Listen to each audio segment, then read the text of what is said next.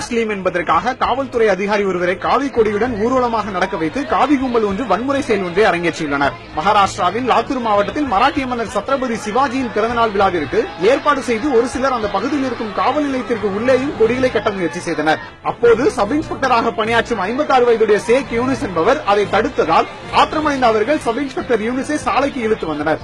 மேலும் முஸ்லீம் என்பதற்காக அவரை தாக்கி தாங்கள் வைத்திருந்த கொடியை யூனிஸின் கையில் கொடுத்து ஊர்வலமாக நடக்க வைத்தும் நடனமாடும்படி கூறியும் காவி கும்பல் அவரை கொடுமைப்படுத்தியுள்ளனர். கடந்த வெள்ளிக்கிழமை நடந்த இந்த சம்பவத்தின் வீடியோ காட்சி தற்போது வெளியாகி பரபரப்பை ஏற்படுத்தியுள்ளது.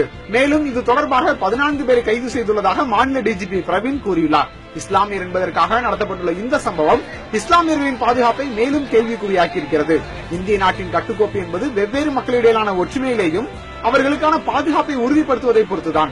ஆனால் ஒரு சில மதவெறி கும்பல்களால் அப்பாதுகாப்பு கேள்விக்குள்ளாக்கப்படுவது நிச்சயம் வேதனைக்குரிய விஷயம்தான்.